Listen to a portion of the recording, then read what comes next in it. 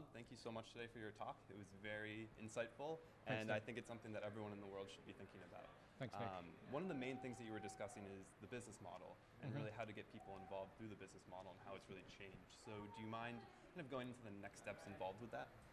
Certainly, I think a lot of corporations and a lot of finance institutions are still acting as though, frankly, it's the 19th century, and you can only solve power and telecommunications and water by building big 19th century utilities. But the new technologies, and in fact the new finance models, empower communities to get a lot more done themselves.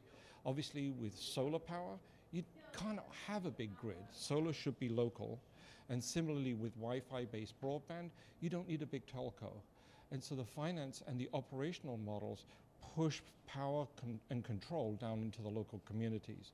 And so there's a big emphasis in the work that we're doing in actually making sure that those are operationally successful, well supported, and in fact well financed.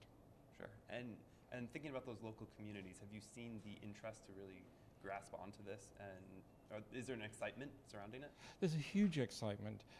One can see it both in the way that solar is being adopted. Solar is not being created in vast farms normally. It is going in on a community basis.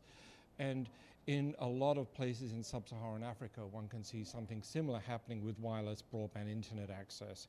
And one can go beyond that and use the same kind of decentralized, local, community-based approach for water and for transportation and for other essential infrastructures. Yes. That's very interesting. Yeah. So was there anything today that you weren't able to speak about that you wish you had time for, that you think really continues this message and builds on it? So much. It's a vastly complicated thing. How do we move politicians to understand that, in fact, heading towards a universe, towards a world we want to have of prosperity and beauty is not just about increasing taxes or lowering the standard of life. It's actually the opposite. It actually is achieving better outcomes than we have today. So putting messages in front of politicians is going to be important. But similarly, I think also supporting accountants and making sure that the externals do show up properly on ledgers is an area where people should be pushing. Sure. And to everyone around the world who was listening to your talk today, is there anything in particular you want them to take away, or anything that they can do to really help with this overall mission? Well, the simple thing is to take away the message that the problems are solvable, and once they're solvable, they will be solved.